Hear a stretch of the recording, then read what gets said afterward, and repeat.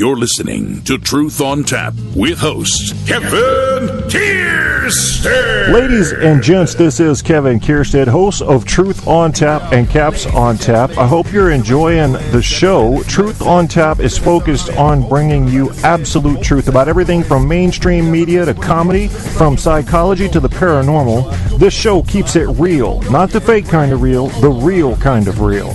That same spirit also covers our Caps on Tap show about the Washington Capitals. Caps on Tap shows air only after Capitals wins at this time. Please come like our Facebook page and join the conversation at facebook.com/Truth on Tap show. Truth on Tap has been picked up and promoted by iHeartRadio, the internet audio mega monster, so shows are available there as well as on Spreaker and a limited selection on iTunes.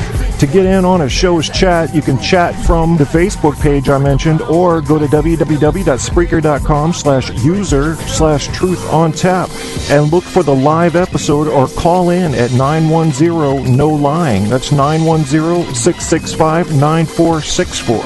Thanks again for checking out Truth on Tap and Caps on Tap. You're listening to Truth on Tap with host Kevin Kierstead. Opening up the truth pipeline for these bitches.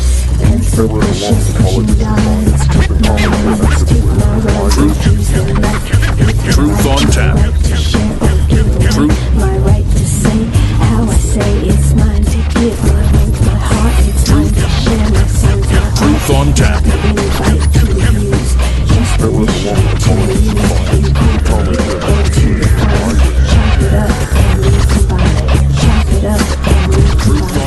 Young minority males in America, are you worried about getting beaten or killed by cops? Let that worry be in your past with my new product called Put Your Hands Up.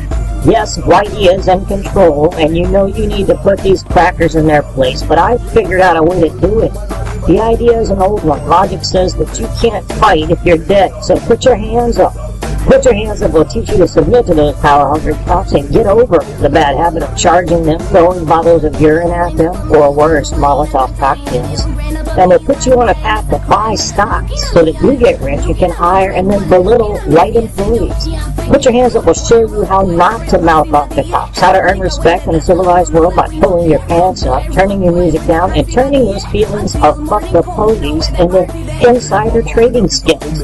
Then, you can literally own white people, and you will be in charge. Order today for free. The payments is $29.95, and I'll include a special booklet called You Want Respect? Stay the fucking school, bitch.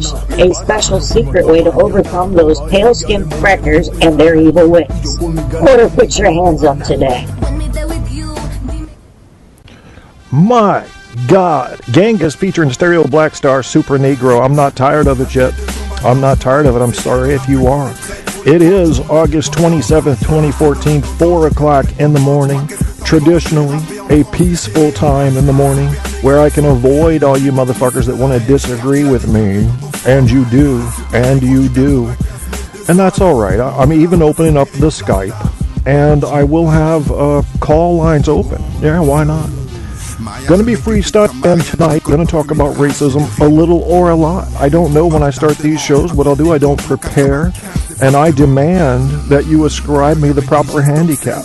Say to yourself, here's a guy who does not prepare his shows, and yet I find very little dead air time. For that, I'm going to give him some credit. I want my credit for that. I won't insist on credit for having a high-quality production. I won't insist upon credit for having great guests on. I usually do have good guests on, but I don't go after the stars. Because I find a certain element of fakeness and too much carefulness, which I don't even think is a word, but I couldn't think of a proper substitute for it. Being a bit too careful with your more publicized and now more high-status reputation that you've now got to protect. I like my guys on my level because they be bringing that shit real. Don't you like it when it's real? Oh, my God. RD sent me a message. Skype doesn't work for me, so Unseen is what I use. That's right, he told me that. I'd like to know what you guys think about Unseen. It's sight unseen for me. I've never used it, never heard of it before RD mentioned it. RD, I need to talk to you about Holland and in general Europe and how Europe compares to America. This is something that is part of my style. As you guys may remember, when I would have Ramsey Swice on, the Arab midget comedian who's never allowed to repeat the same joke twice. I realize it sounds like fiction, but the guy is real. Listen to some of my shows from about 6 months ago. You'll hear him. We talked about the differences between Middle Eastern societies and America. We talked mostly about how white Americans treat Arabs. And for the most part, I think we agreed. He was very cautious on his end. He's a Christian, believe it or not a Muslim. And he's an American citizen. His parents are from either Jordan or Yemen. I don't know why, I can't remember. I think it's Jordan. I know he's got family from Jordan. Yeah, so they know what's up. They know what's up. And the whole thing was, why do we as whites after 9/11 think all Muslims are evil? Why would we think that? Do you bother with the statistics? Do you look at them? Do you realize it's a 1 or 2% fringe element that's angry toward Western society? What a shame. What a shame that is. So you're just going to group them all in there, huh? The other 98%, throw them in too. Fuck it. Let God sort them out. Or Allah. Yeah, Jesus Christ. Let's see. What do I want after this? Yeah, I still want more. I got 8 seconds to decide. I don't like this kind of pressure. We're going with soda 18 pieces. You're listening to Truth on Tap with host Kevin Kierstead. That's Wes Johnson there. This is soda 18 pieces. Wes Johnson, you can find at wesjohnson.com. He's a voiceover actor and a regular actor. He's got a profile on IMDb. He's also the announcer for the Washington Capitals. Great personality. This is a beautiful song. I like this song. And usually I use songs and then I try to stick with a theme. Like if it's a feel-good song, I do a feel-good message. But not tonight. Not tonight. Tonight, I'm going to go abstract on you a little bit. Didn't plan this. I never planned shit. You know this, man. The only reason I'm even doing this show is because I was reading some news that got me concerned. So we'll use this very beautiful song to talk about racism. It is time for us as humans to realize that racism, in part, is a force of nature. It's natural. The question is, how racist are you? Everybody's got a little bit. Though the person that doesn't have any is a rare person. It's a very Mother Teresa type person. So everybody's got a little bit. Because if you don't have any at all, then when you're walking down that street and you see 3 black guys that are all dressed in red and it says Crips across their chest, and you won't cross over. Why would you feel endangered? You're not racist. Wait a minute. You're saying that there's a social factoid out there that says they're more likely to attack you than would be 3 white guys dressed in any other color? Okay, now you're using your brain, but you're telling me race has nothing to do with it. You're sure about that? See, I think most of the time race does have something to do with it. We do need to stereotype. We need to, because that's our best understanding of how to understand a group. But I'm telling you, if you want to be accurate in your knowledge of other races, judge each person individually based on his behavior. But if you don't know much about a group, and all you've seen is a few and all doing the same thing, you're going to make that logic leap. It is a logical fallacy. It is not fair, and it's usually not accurate. But it's what we have to go on, and it's what we've used for tens of thousands of years to survive. I've seen 3 saber-toothed tigers. In each case, they mauled and ate my friend. There's a 4th one. I'm not going up to pet him. I'm not. He may be a perfectly innocent and friendly saber-toothed tiger. But in my mind, that motherfucker needs to die. Yeah, I need a new long saber-tooth necklace is what I need. And, all I've seen is the 3 others and what they've done. Or maybe you saw 5 out of 7 do it. Well, that's all it takes, isn't it? 5 out of 7? Those odds aren't looking good for you, caveman. When you're up on the saber-toothed tiger's radar. No, not looking good for you. I'm not betting on you. I'm betting on the tiger in that case. Hey, what's up, Apocalypse? Apocalypse, my faithful visitor to the chat room, even at 4:12 a.m. Alpha Mama. Are you working, Apocalypse? I thought you had I thought you had Wednesdays and weekends off or something. I am working, believe it or not. Yeah, I'm going to try to turn this radio show into something. But even in doing that, I have to change the way I'm being a little too careful. And Apocalypse is the only one right now listening to this that knows what I'm talking about. And he's probably the only one listening to this in general. But what I'm talking about is I have been too careful regarding racism, sexism, cultural and religious intolerances, things of that nature. We need to start getting a little more real about it. It's almost like when you hear somebody get on the anti-drug kick and they sound like the Just Say No people from Nancy Reagan's little program. It sounds kind of corny, doesn't it? It's like, okay, I hear your message and it's a good message, but that one's been sold. We don't like that one. Give us a new way to look at drugs. I want to give you a new way to look at race. To Truth on Tap. Yeah, we'll do one more song. Purple Nurple? Yeah, why not? Alex's Purple Nurple coming up featuring Go 1D Fish. Yeah, why not? It's a pretty good song. It actually, after this, I may do, where's the one I like that's got a very radio show theme sounding song to it? I'll find it. Racism. How much of it is coming out of your genetics? If you grew up in a cave around no other people, all right, we're getting into nature versus nurture, and you're brought out as a white person and put into a black tribe that then begins to take care of you. How you feeling about the black tribe? You know your skin's white. You couldn't see your face, but you could see your skin. You know right away you don't look like them. How you feeling? Imagine yourself in that situation. You've learned no language skills. You've been trapped in a cave. You've been drinking water that runs down the side of it. You've been eating bugs. Somehow you've lived. And you come out and you're suddenly in a black tribe. How do you feel about that? Because 99.9999995% of you out there have the benefit of being able to access information about these people instead of just having to wonder. They're different than me. How can I trust them? I'm not even from the same enter your thought here because you don't have words. You haven't learned language. They're different than me is all you're thinking. They're not my kind. That is part of the primitive brain, and it isn't going anywhere. What we have to do is use our fucking conscious minds to accurately assess risks, dangers, and stereotypical accuracy. You can't lump them all together, folks. Some of my black friends, both present and in the past, have been some of the most intellectually stellar people I've known. I mean, the average white person that I knew, they could destroy them in a debate. But I knew that was a rare exception because I knew a lot of black people, and I'm able to, in my mind, having traveled through 47 of these great 50 states, put an average together. Is it scientific? Not at all. Not at all. But it's enough of a sample. And if you've ever taken statistics in college, you know how important this is. You have to have a broad and wide sample. It's enough of a sample for me to trust the average that I came up with in my head based on nothing but experience. That's all. So I know the intelligence level of the average black person compared to the average white person.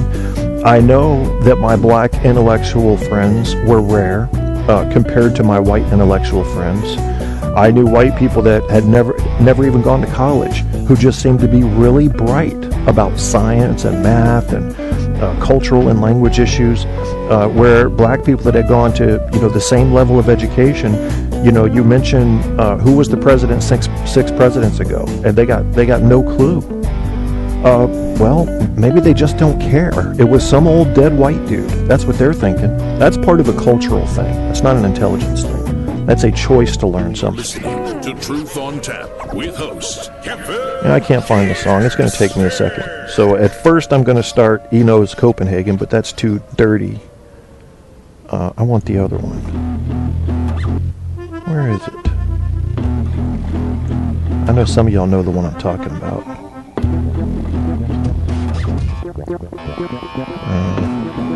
DJ, there it is. George Linus's DJ Arcade Pulse. I like this song, Pulse. It's very radio show talky. So we're going to skip right into it is what I'm going to do, because I can. Georgia Linus's DJ Archive Pulse Georgia Linus remix. Get seated. It gets me fired up a little. It gets my blood going a little bit. And I need to on a 4 o'clock in the morning when I can't sleep because my back is fucking screaming, Kevin, get a surgery. Hey, Grandpa Al, why are you awake, man? You shouldn't be awake, bro. You're sick. Grandpa Al's in the chat room along with Apocalypse. He's got a bad situation that he needs to look at in a different light. Tell me more about that in the chat room, Grandpa Al. I've got to go on a bit of a rant here, as I sometimes do, basically regarding how honest we are with ourselves about racism. And we'll talk a little bit of the specifics of Ferguson, but you know the story there. There's not really much new I can tell you. I don't think we know enough yet, you know? Yeah, I don't think we know enough. And I think people need to start accepting that you're not a bad person if you experience racism. What's important about racism is that you understand you're hating people usually due to a fear of the unknown. Spend some time with people and you don't fear them anymore. You know, there are exceptions to that. I wouldn't want to be in a cab ride with Mike Tyson. Yeah, I could probably take care of myself. I don't know how much of it he's still got, but fuck him. He's an animal. He never got civilized. That man never developed to that level of civilized behavior. He is an animal to me. And I wouldn't trust him for 10 seconds with anything. I sure wouldn't. Nope. I've seen his type. I know what they do. They are, you've heard of slap happy. They're snap happy. They're ready to pop any damn time. So we're going to talk a little bit more about racism and grouping people and then judging people on their individual merit. And this song will be over in about a minute. I think I'll be fired up enough to ride the wind of it into the second half of the show. Should be good. I'm going to teach you a little bit about laughing tonight. We're going to laugh tonight. We're going to do some dumb comedy. I think I'll talk about crack hair, various cracks in your body and the hair that grows there. I think I'll talk about unique people that braid their nostril hair, for example, into a horseshoe shape. Now that takes a special person. You know this. But how much of them just want attention? And why would you want attention? Who does a radio show because they want attention? I don't want to hear from you fuckers. That's why I'm doing a show at 4 o'clock in the morning, so nobody can disagree with me. It's a verbal blog for me, really, in a way. And it turns out that some people are semi-entertained by it. Good for them. And I'm glad to hear that. Yeah. You're listening to Truth on Tap with host Kevin Kierstead. Racism and freestyle is the topic of Truth on Tap tonight. I'm glad you have decided to bother listening to the show. I'm a boxing fan. I like traditional boxing. I don't like the MMA stuff. Long story short, MMA stuff to me reminds me way too much of what happens in the streets, and I've been in a few of those situations, and they're not pretty. Most of those fights last about a minute and a half tops. Boxing to me is a far more of a chess game. Now, I know MMA guys have a lot of crazy chess moves they make. I'm not saying that's not hard. I think it probably is tactically harder. But with boxing, like chess, you've only got about 4 major moves you can make. And you've got to make them work in a certain combination to win. And that's what I like about it. It's forced to be simple, making it actually more difficult. Because you don't have as wide a range of tools as you would in an MMA. So I'm watching it, and I'm watching these build-ups to fights, and specifically the Joe Frazier, Muhammad Ali. I don't know if any of you guys are boxing fans, but basically it turned, long story short, Ali was the black man's champion, and Frazier was the Uncle Tom, the white man's champion. And I was on a couple of YouTube videos talking about how Frazier, according to an HBO documentary, Frazier, whose corner threw in the towel after the 14th round of their third fight, had 1 round left to go, had actually quit about 10 seconds too soon because Muhammad Ali had just told his trainer to cut his gloves off, that he was done. So this is according to an HBO documentary. I assume they're correct. things like this tend to come out 20 and 30 years after big events. Frazier's already gone, of course. And people got livid in these YouTube comments when I brought up this fact, for lack of a better term, because I haven't proven it yet, but it was researched well enough to make it into an HBO documentary and stated as fact. That's more evidence than I had against it, for certain. So, they got livid. And I finally said, is this because, are you defending Muhammad Ali? So, I mean, you know Ali got his ass beat the first fight, right? He came back and got revenge the second fight. Is it so hard to believe that in the third fight he was about to quit? Is it that hard to believe? What is it that's driving your animosity toward me bringing this up? And I think it comes down to racial lines. And what a shame that is, because I always liked Ali as a champion. I don't like anybody that's too mouthy. It's okay to be mouthy, I think, but when you're that into yourself, that's unattractive to me. That doesn't involve class. Ali didn't have any class. Floyd Mayweather Jr. has no class. And there are plenty of fighters from all races who get a little too into themselves, and that self-love is unattractive to me. Because humility is attractive to me. Saying, you know what, I may be a gifted athlete, but I'm no better than any other man. That's the kind of athlete in any star from any field, not just athletes, that I respect. I just like that about people. The humility factor. You're no better than anybody else. You may be very good at what you do as a sport, but you don't have to praise yourself all the time for it. That's sickening to me. So I didn't like that about Ali, but I did love the way he fought. I loved his versatility and the way he seemed to be able to beat guys that nobody thought he would beat. I thought that was pretty cool. I didn't like that he didn't serve in the United States Armed Forces, which he was required to do by law and chose not to, due to his new religious beliefs, which really had nothing to do with his religious beliefs, but had everything to do with him telling Whitey no. And he probably won't admit that, but I know that's what it was about. It was about telling Whitey no. I mean, he had just cast away his slave name of Cassius Clay and insisted on Muhammad Ali. You don't suddenly become a Muslim and with your family still living in a country decide you won't defend that country if, as in his words, he was never, the Viet Cong never did anything to him. So you're telling me to defend your country, you need something to happen to you directly from the enemy? Is that the Muslim belief? Well, that's not going to work in America. That's too bad for you. You're going to go to jail, and he did. When your country calls, you answer. If you don't want to answer, you're in the wrong country. You're in the wrong country. If it's not worth fighting and dying for, you shouldn't be where you are, in my opinion. I think military service should be required. Is Stabby in the chat room? Stabby's in there. Oh my God. I'm okay, pretty tired as fuck. That's Apocalypse that said that. No one asked you, Apoc. I know you guys love each other. Man, Apocalypse lit into your ass, Stabby, on his last show. What was that about? Grandpa Al, you can find a cracked version of Sam Broadcaster on, on Pirate Bay. Yeah, they've got it there. They've got it there. They've got at least the older versions there. Something like 4.0 or something. Well, if you can't find it on Pirate Bay, there are other torrent sites that'll have it. I got lucky with Radio Boss. I went into the beta testing with it and everything, and the guy gave it to me for free for doing all that. Plus, I love it. Sam gave me fits, and I think it's probably because my computer wasn't powerful enough to run all Sam's bells and whistles, but yeah. Yeah, and then just read the README file that comes with it if you're not familiar with that, Grandpa Al. It always comes with a README file that tells you how to install it. You might need a virtual CD or DVD programmed, to mount the disc. And then you just install it. Usually it's a code they give you. Now, I don't condone illegal behavior such as that. However, people are going to do it. They might as well know how to do it right.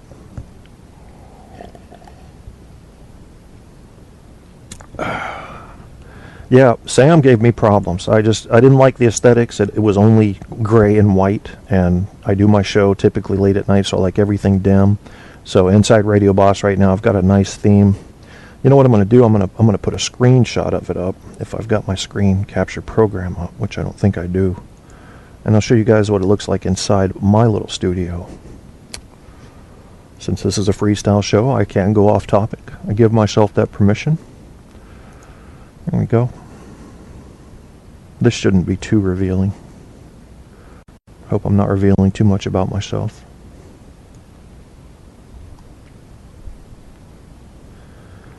And I think I'll put this screenshot in the announcement on my Facebook page for this show so you guys can get an idea of what it looks like inside Radio Boss when I'm running a show.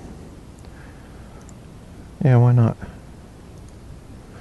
And we are talking about racism tonight. We have Apocalypse, Grandpa Al, and Stabby. Stabby. It's funny because Stabby's name is Mick Hugs, and Apocalypse likes to hug. See what I did there? There's a connection. You don't know who committed the crime until you putting the evidence pieces together in the puzzle. It's possible that Stabby and Apocalypse are related. I mean, they've never told me they weren't. For all I know, they are conjoined twin, operating at the same computer right now. Or Stabby is Apocalypse's alter ego. Yep, that's right. It's possible. Got to consider all the possibilities. He's looking for something better, but then Sam as well. I have Sam 4, but it sucks. Okay. I recommend Radio Boss, Grandpa Al, but unless you volunteer to do beta testing for him, he's probably not going to give it to you for free. The guy's name's Dmitry, out of Russia, and the software has never failed on me. It took me quite a while. There's a learning curve to get to know how to use it. I don't know why Radio Boss didn't work for you, Apocalypse. Maybe it depends on what you're running, because I've got like a 7 or 8 year old system here, and it's running it. It's very low on resource consumption. And I've got, like right now, I'm going to go ahead and load the picture, but I've got like, good God, it has to be 15 or 20 tabs of sound effects up.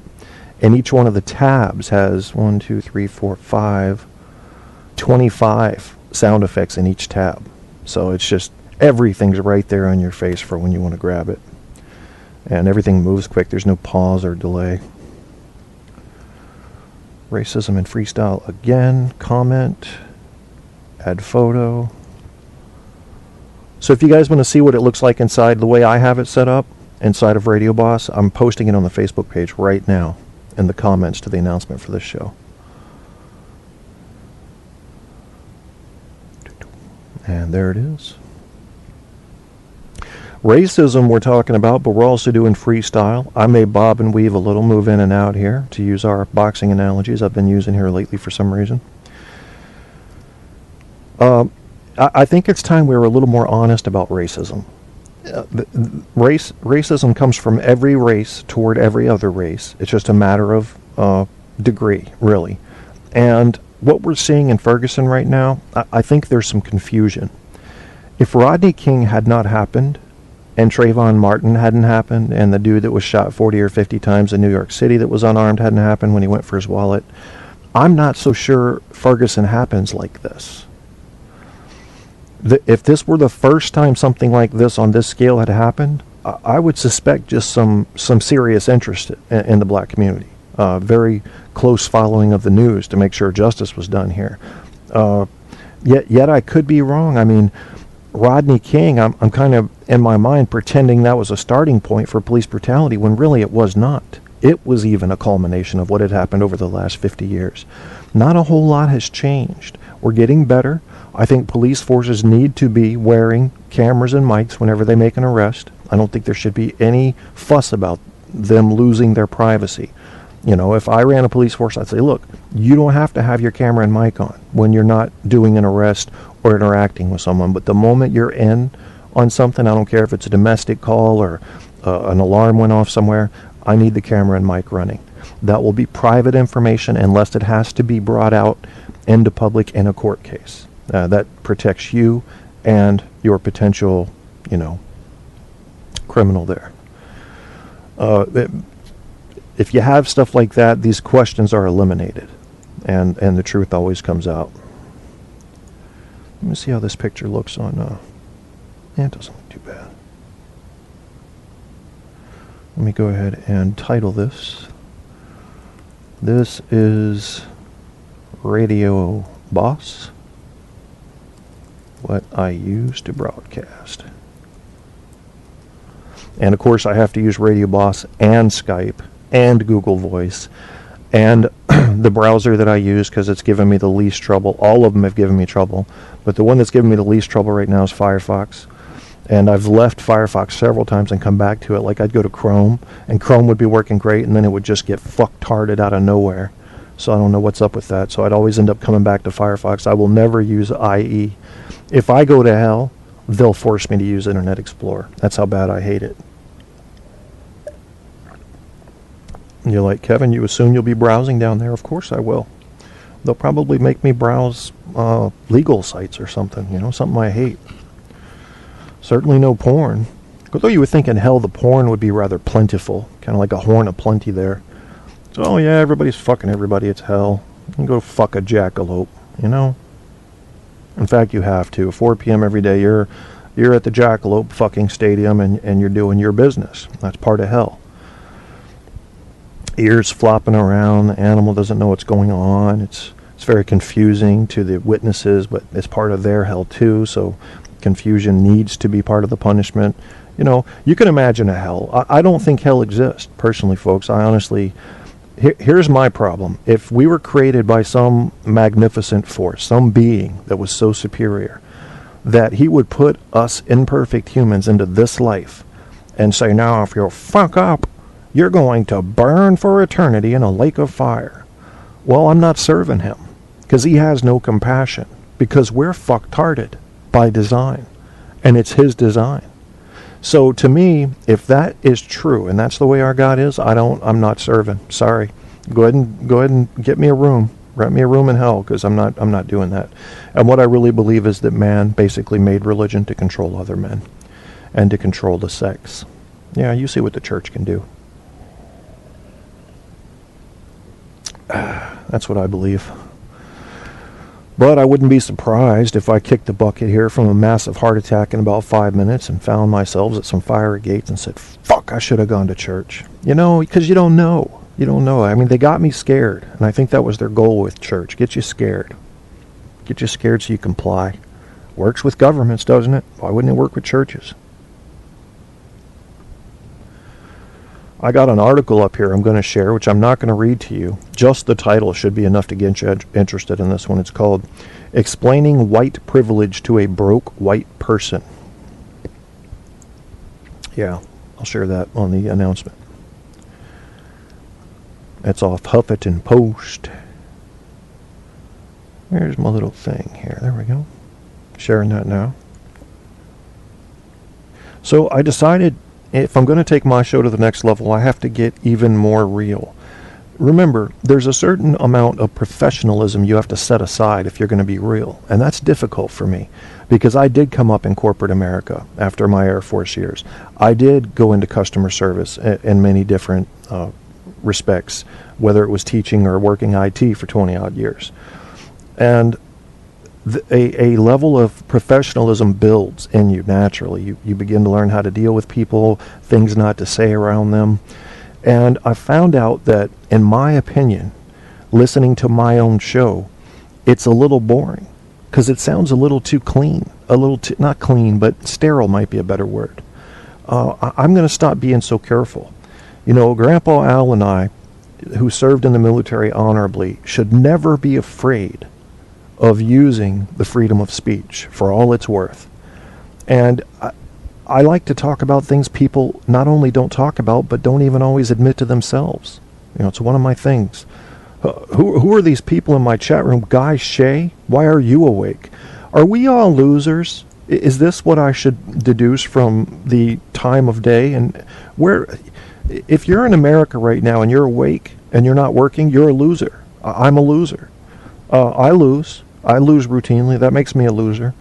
Let's go ahead and admit that. Okay, guys, I want you to tell me in the chat room, who in the chat room is a fucking loser? Just be honest about it.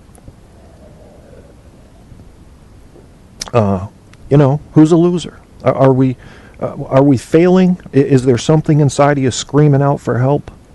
Hey, Blake and Jade, is that two people, or did you bring both of your personalities in here? And Guy says maybe the burning of Detroit would help everyone. Yeah, you're right. That conflict is nothing compared to the 60s. I mean, you look at something like Selma. Fucking A. I mean, those people took a beating. Look at that. Guy Shea admits it. I'm a big loser. Stabby says, I'm a loser, always have been, and a nerd. Look at that. Look at that. I love honesty. See, this is why I love you guys, and I think it's why you're at my show, because you like truth. I'm a loser, folks. I have failed miserably at life. I was on top, and then I fell. It may have had something to do with going through the family court process. It may have had something to do with my natural decline in testosterone production. It probably mostly has to do with my injuries bringing me down. And I fought them, and I fought them, and I fought them. And I was at the VA one day about 6 or 7 years ago, and I had some fucking shrink tell me that I should make pain my friend. And it was at that moment I made a decision in my head that I would never listen to anybody from the VA again, because pain is not my motherfucking friend. It is something I'm trying to kill all the damn time. Tired of some physical pain. So yeah, I'm broken. I'm part of the broken manimal. I'm part of the problem in America. I'm not on welfare. I'm not sucking your guys' tax dollars down. I could qualify for it, I'll tell you that. But I do receive a small amount of money from the VA for my service-connected disability since it happened in the line of duty. But it's a very small amount. And I could push and fight and get more, and I don't. I feel a certain amount of social restraint because of the judgment placed upon people who are getting anything for something other than labor. Guy, I did not know you were... I should have known you were ex-military. Tell me about your military time, if you would. Let me give you some praise for that. I love to praise my fellow military people. I only did 4 years. I don't try to act like I was on the level with a Grandpa Al who was a Navy SEAL. I wasn't. I was an Air Force guy 4 years, did electronics, did PMEL. If those of you guys, you might call it calibrations. At Lowry Air Force Base is where we trained before it closed down. And... yeah, I did my 4 years, and that was enough for me. That was just the right amount of time for me. I was actually on a 6-year term, but they gave me the option to get out early with a nice little package because of my knee. So I took it. I was like, well, why would I want to do 2 more years and give up, at the time it was like $7,500 they were giving me for what they called severance pay. Golf 98 MI, lazy E5. Well, you beat me. I was only E4. Golf. What is Golf 98? That's a job code, I believe. Is that Army? That sounds like an Army job code. I'm pretty sure that's what that is. In the Air Force, we had what was called AFSCs, Air Force Security Codes, and mine was 23450, which became 2PO51. Calibrations is all. Out on medical in 84 on Halloween Day. Does that seem befitting, Guy? I mean, was it that scary? Halloween. Hallows Eve. There is no Halloween Day. Is there? I'm pretty sure there's no Halloween Day. It's just Halloween, Hallows Eve. We're all military brats. God bless all. Yes, thank you all for your service. Regardless of whether or not I had ever served, I would have mad respect for you. Because people don't realize what you do. They really don't. When you sign up, what you're saying is, hey, United States, I'm giving you total control over my life. If you need to use me on the front lines, go ahead and use me. That's really what we're saying when we sign up, no matter what job you have and what branch. First is All Saints Day. That's right, Stabby. That's right. This Halloween thing that Guy inadvertently brought up has to do with letting the demons out for a night or something like that. I don't know the whole story behind it, but something like letting the evil spirits out for a night, and everybody got to watch out. They're going to get you. I'm trying to figure out who Blake and Jade is. Who I will. I get words mixed up a lot because I think I'm getting dementia or something, and I'll probably call you Blade and Jake, which is going to fuck everything up. Yeah, I'm a loser. Flomax made. I used Flomax once, Guy Shea. And that night, we got busy, okay? I got a girlfriend. We get busy sometimes. And you know what happens when you're using Flomax sometimes? Well, have you ever fired a gun but nothing came out?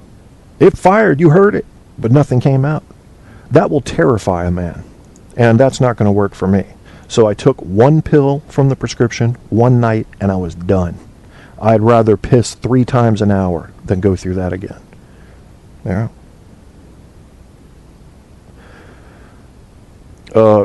Blake and Jade, could you tell me what to call you? Because I'm sure you're not 2 people. So are you actually the Blake or are you the Jade? Or is that the name of your show? Maybe I should look that up. But I don't like to pull up new shows and stuff during my show because it affects bandwidth and it starts popping and cracking because I'm still on DSL. My brother was a soldier, says Blake and Jade. He told me not to sign up. I don't know. It's, I've heard people say that. I couldn't advise anybody not to sign up, but it just depends on what their goal is. As long as you can be sent to die, it can be a good experience. It sounds kind of weird to say, but really it can.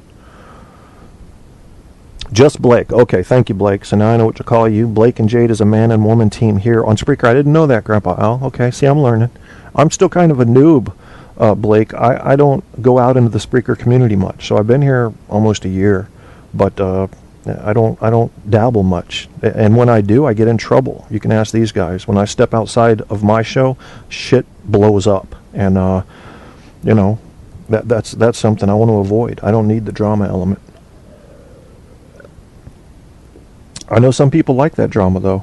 And, I don't know if you guys heard the commercial I ran earlier that was about my new program, Put Your Hands Up, which was a commercial advertisement toward young minority males in America, teaching them to, pull their pants up, turn their music down, and put their hands up. And they'll probably not get shot.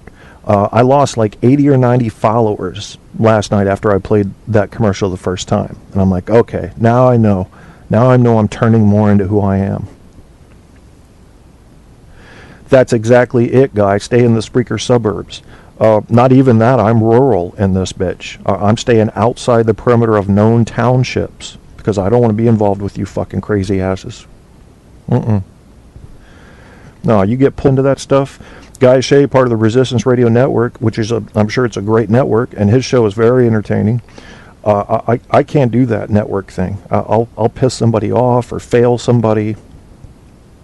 Grandpa Al says, I'm like the social troll. I go to most of the radio shows here to meet and greet the hosts and listeners.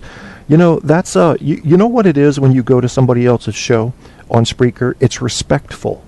It's respectful, and that's why I've been doing it more lately. I want to show support for my fellow hosts. There's room for all of us in radio. This competition thing, not necessary. We can help each other along. I will advertise your guys' show on my show. Do network thing. Just get it out there and work together. There's, it's all about entertainment. People like choices. I like the idea that I can tell my listeners, hey, go listen to Guy Shea's show. It moves faster than mine. He's funnier than me. He's got a better radio voice than me. And, if I lose a listener because they want to just listen to Guy Shea, then I've done my listener a favor by giving them a better show. So I'm not hurting from that. Not at all. I may end up in 30 years with just 2 or 3 listeners still who haven't figured out how to listen to another show, so they're kind of stuck on mine. That's good for me. It's all right for me. Stabby says, no, you must do the Darwinian thing and get to the top, so unleash the hounds. Fight like a madman. Take that Mike Tyson approach to the heavyweight title. That's why you'll make it, Stabby, and it's why I won't. Motivation is not something that can be taught. Chat room gets funny in here, y'all. I'm just going to let you. I'm going to let you figure that out. What I've got up here is BBC News, and it's one of my most trusted news sources when it comes to, I'm not saying they're always the most accurate, but they tend to have the least amount of bias that I can tell when it comes to talking about America and, to some degree, worldwide affairs. So they're talking about the American fighter that died in Syria battle. How do you guys feel about that? I think as an American, you should be free to go join any terrorist organization you want to, and we will then be free to kill your ass. It's that simple. You made your choice, from a free country, and now you're dead because you didn't see the hellfire coming. The drone was very quiet, and about the time you saw the flash out of the corner of your eye, you had time to think, oh, fuh. You got the fuh, that processed through your brain, but the k didn't come out, because you were then vaporized. You know, you wanted to be a big bad motherfucker in a terrorist group that kills innocent people? Accept your fate. Ukraine leader vows peace roadmap. That's not going to work. That's not going to work. 1,400 children abused in English town. I read about this. This was sexual exploitation in the English town of Rotherham, I think it's pronounced Rotherham, between 97 and 2013. 1,400 children. And nobody got caught till now. What the fuck? You know, it only takes 2 or 3 boys in the Catholic Church and they get caught. 1,400. That's a bad deal there. Burger King heads north. What do you guys think about Burger King leaving America to get a tax break? I say you should boycott them. We definitely don't need businesses leaving this country at a time like this. That's my view on that, but it's just my view. Frankly, if I was hungry and the only restaurant around was a Burger King, I'd still go eat their goddamn Canadian Burger King beef, because when you're hungry, you'll do what you got to do to eat. U.S. schools have non-white majority. Wow. I knew this was coming. I didn't think it would come this soon, though. White pupils in state schools in the United States are set to be a minority for the first time when schools return for the new term. White people, you just became the minority. Told you it was coming. I thought we were still 20 years ahead of that, but okay. Yeah, mixed races, Hispanics and blacks and Asians have trumped you. I'm going to go to instead of looking at the world news, I'm just going to go to the U.S. and Canada section of BBC. I don't spend a lot of time just on this site. I go to a lot of sites for my news. Let's see what you guys are saying about it in Le Chat, which in French, Le Chat is the cat. And Le Chien is the dog. Speaking of unleashing the hounds, said Stabby. Guy Shea says he's fighting for Burger King's right for burgers for breakfast, but Grandpa Al can make a better BK Whopper. Dip the meat in beer first. That's a very good idea, in my opinion. Only Mormons and Fundy are breeding white kids in any large number, says Stabby.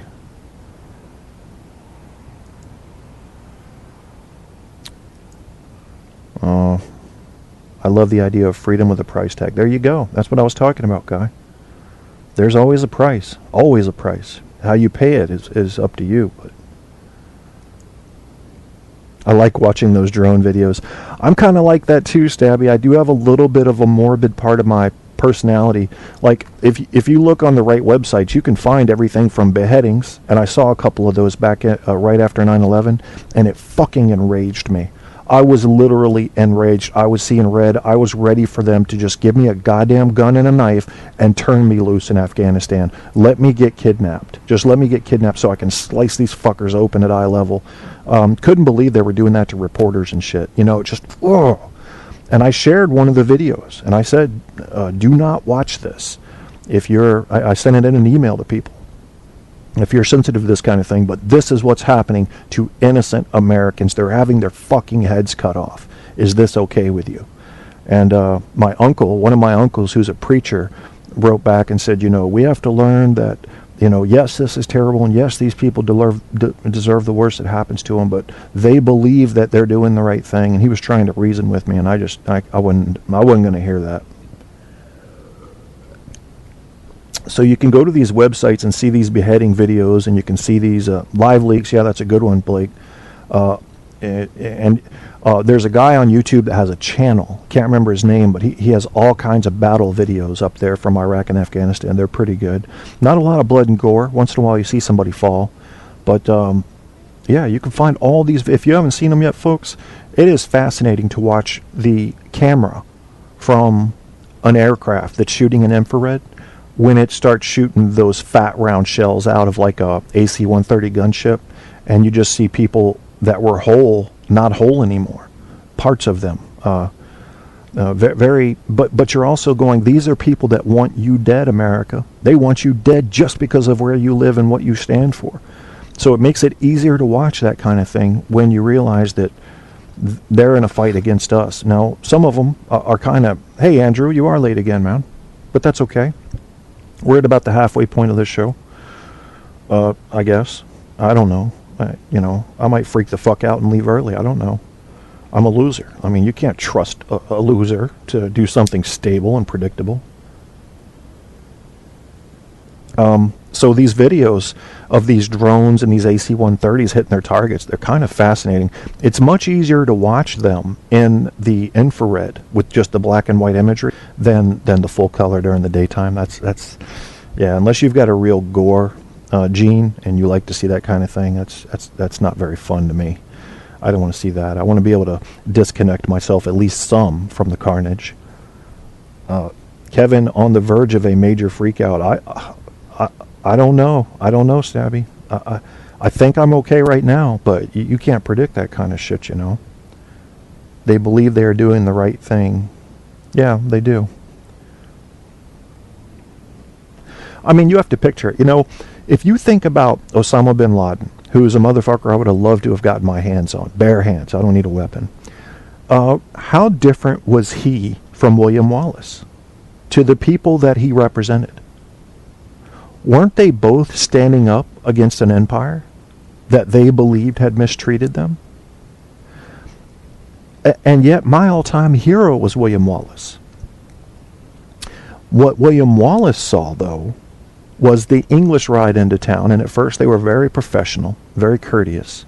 And then slowly, as they got more and more power, the rapes began, and the murders began, and the torture for information began. We didn't do that to the Muslims.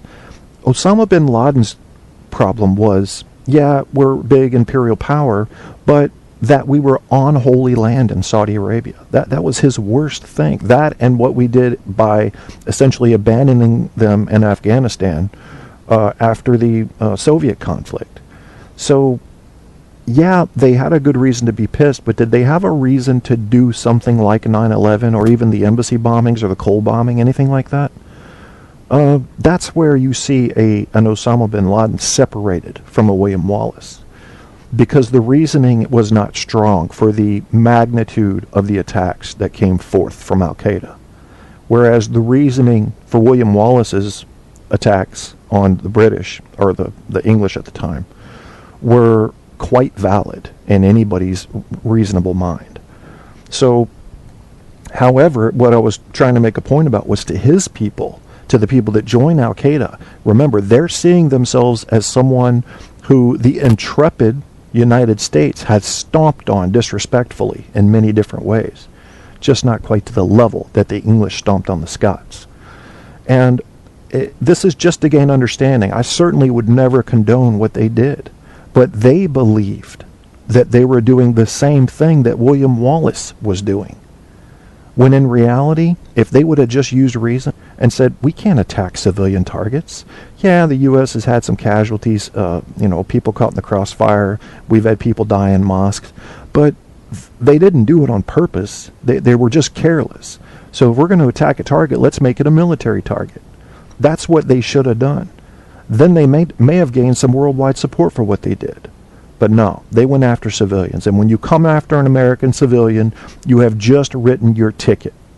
And your ticket says, shit, my ass gonna die. You can't attack American civilians and just, you're gonna die. I mean, we've been bombing you guys 14 years now, and I see no sign of relenting. Next time you do it, you'll be thinking twice about that shit, though. That is for sure.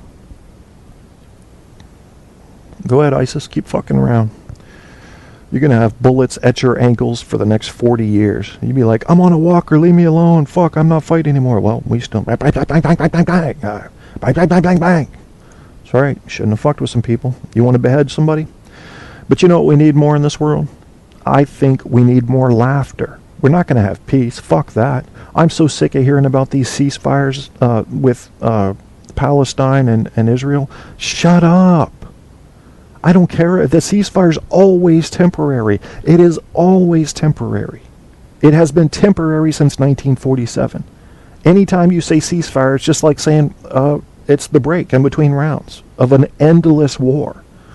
I don't want to hear about ceasefire anymore, because all that means is you're taking a breather. Two different invisible dudes, close proximity, lots of people, they're going to kill each other. until one is almost all the way wiped out and the remnants of that group convert, the fighting will continue. Yeah, it's not going to be fixed. So we're not going to get peace, but we could have laughter. Maybe we just shouldn't take ourselves so seriously, you know. You want to know how universal comedy is? Excuse me, I have something in my throat that's the size of a goddamn pine tree. I don't know what it is. I'm gonna give you guys a little lesson. I'm gonna play a little song for you, and I'll stay on while it plays. It's a very weird song. It's a song that is just kind of music in the background of a foreign stand-up comedy act. You won't know this language probably, but I want you to try to follow along with it. So I'm going to play it, and we'll talk during it. So here we go. Stay with me now. We got to work it. And I want to show you how universal the language of comedy is. Úgyhogy itt vagyunk Nagyvázsonyban, és nekem most ez a rendes évi szabadságom része, hiszen egy multicégnél dolgozom. Multicégnél nem tudom ki dolgozik, az a lényege, hogy magyar idő szerint kezdesz, és amerikai szerint fejezed be. Tehát ez a lényege a multicégnek, és amihez nem értenek, azt elmondják angolul. Tehát ez a másik. Hey Desert Rose, welcome to the show. I'm showing the people that are listening the universality, if you will, of comedy. You don't know what this guy's saying, but you still know it's funny. Volt a meetingen, nem mondja.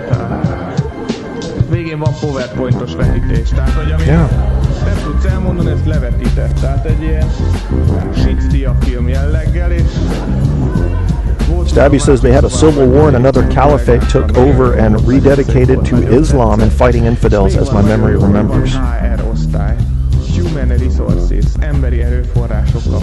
Desert, I got to tell you something. I'm going to go ahead and stop this. We have admitted that we're losers being up at this hour if we're not working. Are you among us? Are you also a loser? The first step to healing and recovery is admitting you have a problem. So let's hear it, Desert Rose. Now, if you have high self-esteem, don't come in here and tell me you're a loser. Say, no, I'm a winner. We have admitted that we are losers. So what's good about that is your expectations immediately drop for the product I deliver, which means I'll probably exceed them. It's not a trick, though. I really am a loser. But also, it puts no pressure on me because I'm, by default, losing. So if I do something good, I fucking major victory there. Whereas the person who has high standards for radio production is going to say, it's got to be something that they might want to pick up and syndicate. I can't do anything with that there. Well, goddamn be Don Imus. Or you like Don Imus? Why does he always sound drunk? You ever wonder about that? Maybe that's why he was talking about those nappy-headed hoes. That's what I was thinking.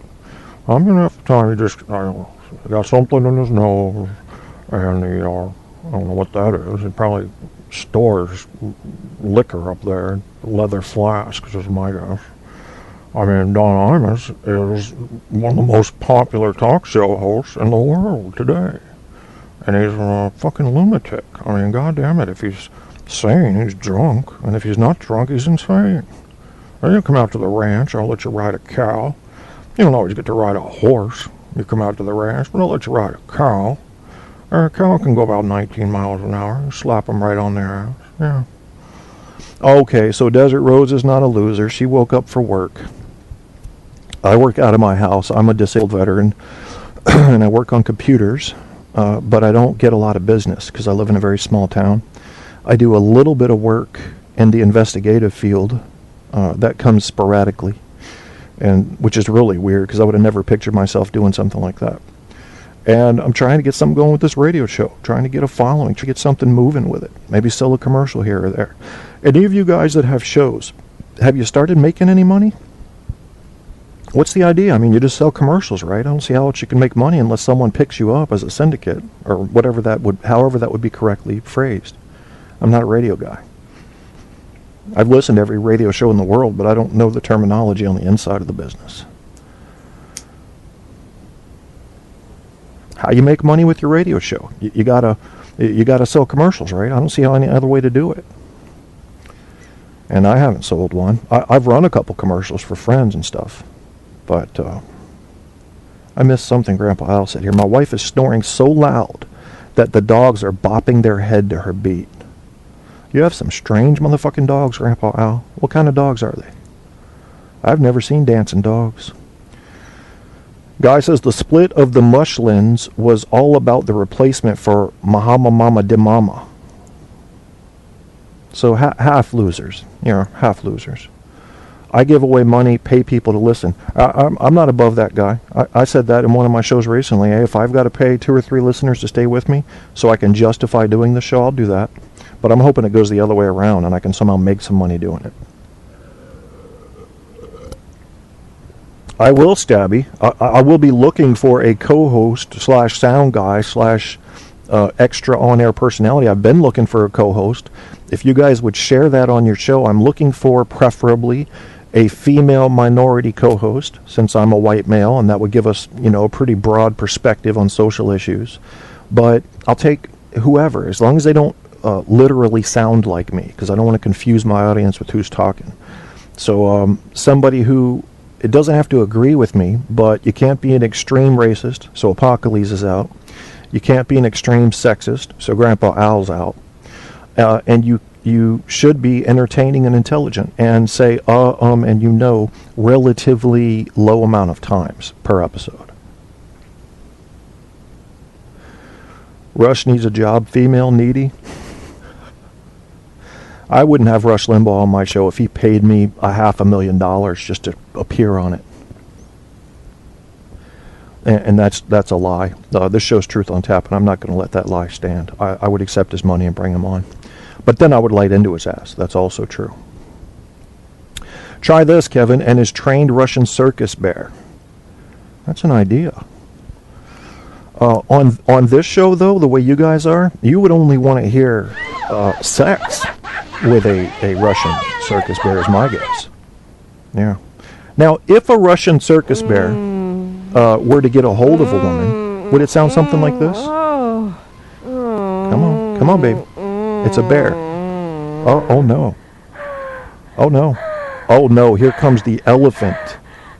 Oh boy. I didn't see this one coming. Yeah. Oh, lordy. Easy, girl. Easy. Whew. Yeah. We're not very sane on this show, Not at all. Yep. So you guys did get a little dose of some animal sex there. Hey, Valerie, you came in at just the right time. We're talking about sex between bears and humans. Yeah, how about that? Well, what? I thought doing my show at 4 o'clock in the morning would keep people out of my chat room and away from my show, so nobody could disagree with me, because you guys always come in here and prove me wrong about shit and make me feel smaller than I already feel. Grandpa says, I could do some voices, tighten up my shorts, and hit the high note that could break your eardrums. I've been practicing my Morgan Freeman. It is a very hard voice to do. And I don't know. I mean, I might show you where I am, but I'm only about halfway to getting it right. All right, so it goes something like this.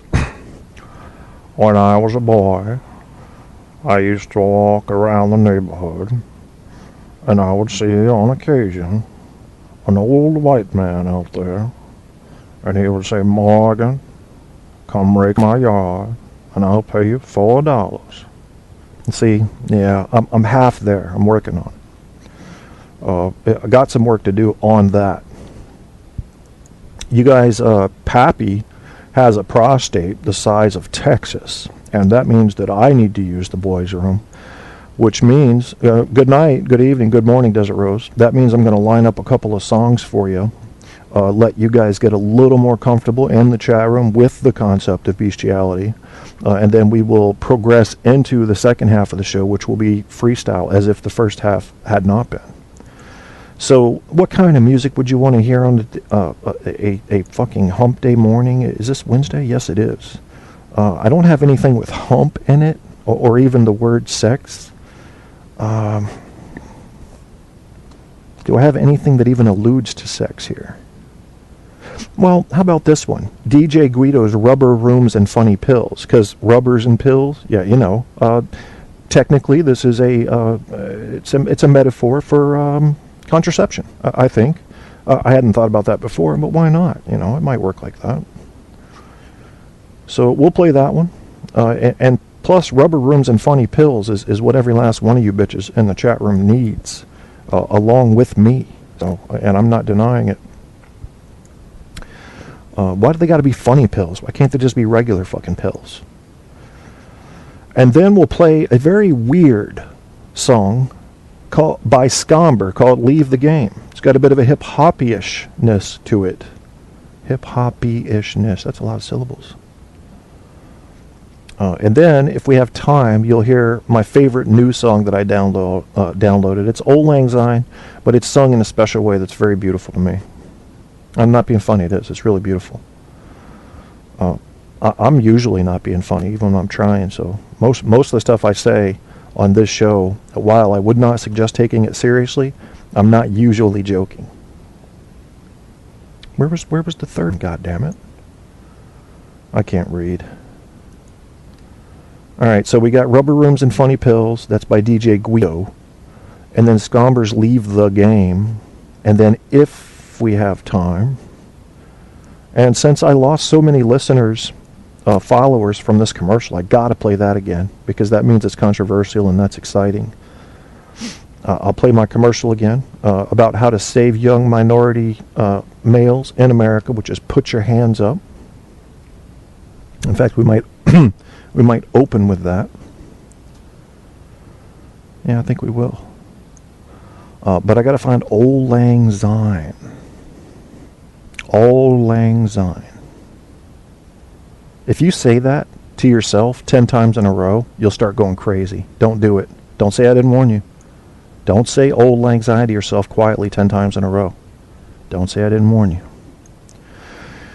That's what's going on. Everybody get your break on. If you come back for the second half, that will prove that you have stamina and are in fact capable of being a marathon listener. And for that, Young minority males in America, are you worried about getting beaten or killed by cops? Let that worry be in your past with my new product called Put Your Hands Up. Yes, Whitey is in control, and you know you need to put these crackers in their place, but I figured out a way to do it. The idea is an old one. Logic says that you can't fight if you're dead, so put your hands up. Put your hands up will teach you to submit to those power-hungry cops and get over the bad habit of charging them, throwing bottles of urine at them, or worse, Molotov cocktails. And it puts you on a path to buy stocks so that you get rich and can hire and then belittle white employees. Put your hands up will show you how not to mouth off to cops, how to earn respect in a civilized world by pulling your pants up, turning your music down, and turning those feelings of fuck the police into insider trading skills. Then you can literally own white people, and you will be in charge. Order today for free. The payments is $29.95, and I'll include a special booklet called "You Want Respect? Stay the fucking school, bitch." A special secret way to overcome those pale-skinned crackers and their evil ways. Order Put Your Hands Up today. You're listening to Truth on Tap with host Kevin Kierstead.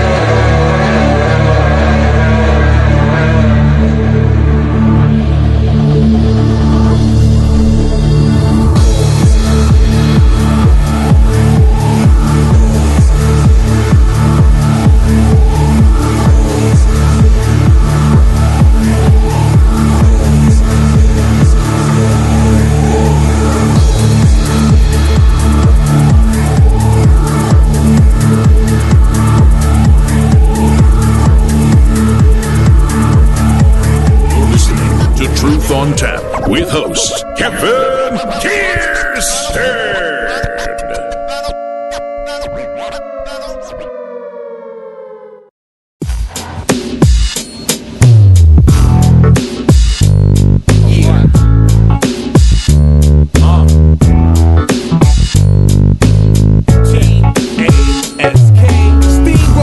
Like an 18 wheeler with the drunk driver driving. There's no surviving when I'm wildin' like a semi-automatic, causing static like an opiate tablet's going in for the show begins. You know I'm fit to murder shit. Soon as you insert the this, is every verse I spit is murderous like David Berkowitz. Turn your chick out quicker than cops direct the traffic. Respect the status, it's sharper than a desert cactus. You need to leave the game. It's over now. You need to leave the game. You need to leave the game. It's over now. You need to leave the game.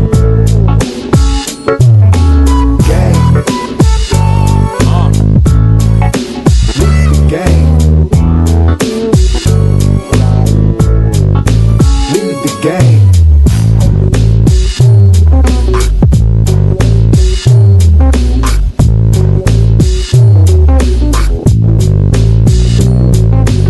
No, I ain't beatbox, engineering these sentences. I consume your attention. Paint a picture so your mind turns what you hear in the vision. The verbal mentalist to know there ain't no end to this. It's infinite, so listen close to me. Flow anomaly. The flow constantly bust about of me. I'm permanently working and nothing can hold me down. I'm certain I'm about to close the curtains on them, cause it's over now. Game. It's over now. You need to leave the game. You need to leave the game. It's over now. You need to leave the game.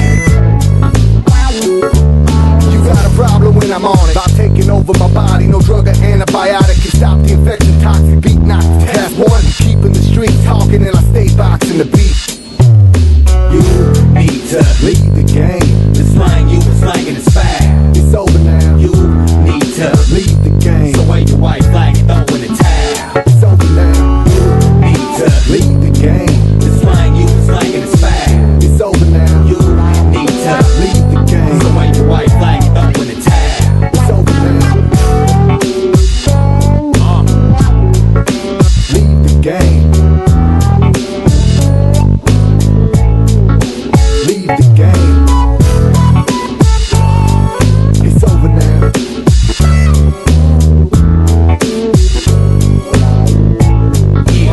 It's over I know you fed up with the regular, so now it's time to dead it. I suggest somebody dial a medic.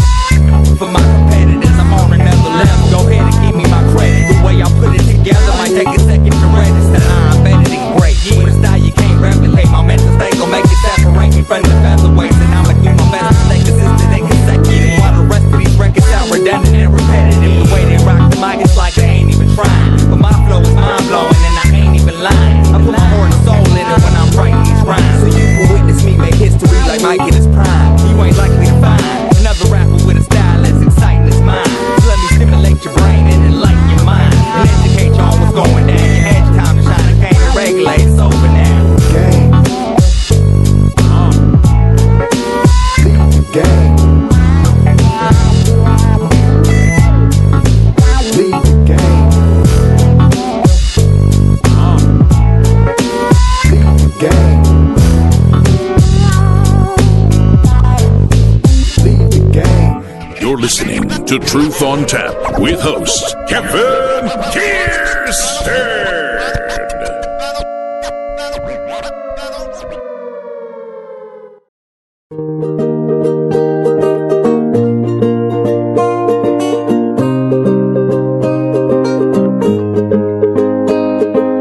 Old acquaintance we forgot and never thought upon. The flames of love extinguished and fully past and gone. Is thy sweetheart not grown so cold? That loving breast of thine, that thou canst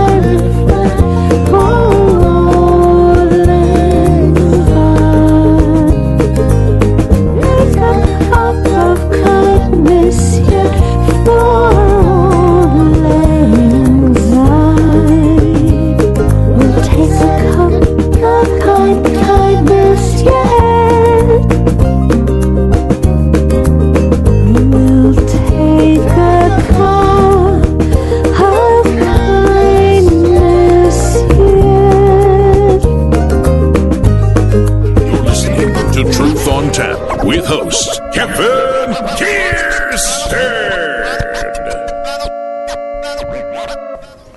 Yeah, I had to cut that early. It was getting annoying.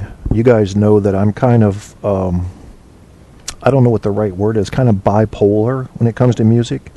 I'll listen to a song, and if it starts getting on my nerves, I have to fucking turn it off. And you know, the other night I listened to the song, and it was beautiful all the way through. So I have very few little weird things like that about me, but that's one of them. You know, I think the toilet paper should be on the roll with the flap out, not behind, coming under. So you're always hunting for the goddamn flap. And I don't like it when people click when they talk, which is something I posted in Spreaker Gods earlier. You got to do something. If I did that, I would find a way to do something. And it sounds like this. If somebody did that a lot when they talked, I'd rather hear nails on a chalkboard. We're talking a little bit about drugs, people. You do drugs, don't you? Well, of course you do. At a minimum, caffeine or something. And at a maximum, I might have a couple of meth heads in my chat room. And the whole thing is what works for you and why. You know, I think it starts out with what you're missing in your life. And for me, that's typically energy. I'm a low energy person. My brain's always going 400 miles an hour, but I don't have the physical energy to be fidgety or to want to do things all the time. Most of my glucose is burned right in the fucking brain. And so had I ever been introduced to an illegal drug that was good for energy, such as cocaine, I may have become in trouble. Now, I'd like to think my judgment, and it has been in place before, would have kept me from trying it when others around me were doing it. But had I ever tried it that first time, I'd probably still be on it if it was a drug that gave me energy. Because I love energy so much. I love feeling energized, and something about feeling low on energy is really depressing to me, and it makes me a little bit bitchy. And I don't like myself when I'm bitchy, and I know other people don't. So I'm always seeking that energy. Like right now, you know, I got 3 hours of sleep last night. I got 1 hour of sleep the night before. I got 8 hours of sleep the night before that, and then no sleep the 2 nights before that. So that's the schedule that my spine lets me. It's sporadic at best. So I'm going to be low energy anyway, and there is no substitute for sleep. Meth, I'm not going to say who said this, but meth, on rare occasions, back out in high school. Desert Rose is back. You're never bitchy? All right, well, that's cool. Should I believe that, Desert Rose, or are you being a comedian right now? You don't get PMS and take dudes' heads off that look at you wrong? Apocalypse says, me and Stabby plan to lose our male virginity together. I assume you mean with each other? That's interesting. Yeah, the thing about teeth falling out, people always think, oh, they're doing drugs because their teeth are falling out. But really, I think a lot of that comes from dry mouth, which just about any drug can give you. So I don't know if doing drugs directly makes your teeth fall out. It doesn't make sense to me. There are all kinds of little side issues, like your hygiene drops because you don't care anymore, so you're not brushing your teeth every day. Yeah, your teeth are going to fall out. I know someone who's fairly close to me who had her last few teeth extracted at the age of 44. And I will go ahead and go on the record to say that that had to be mostly a result of drugs, because nobody else in her family had that problem. Just her. So, I don't know. PMS. Women can get away with anything on PMS. Now, imagine a woman on PMS who also tried the meth. What you have there is like that female Terminator. No, you don't want to fuck with her.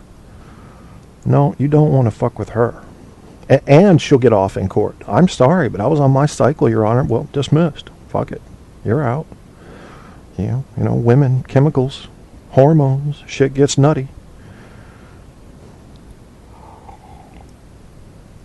I enjoyed Apocalypse's last show too. You guys have to check out Apocalypse. He does a show called something like From My Mother's Basement, which you would think is just a joke, like a theme thing, but it is actually from his mother's basement, which is hilarious.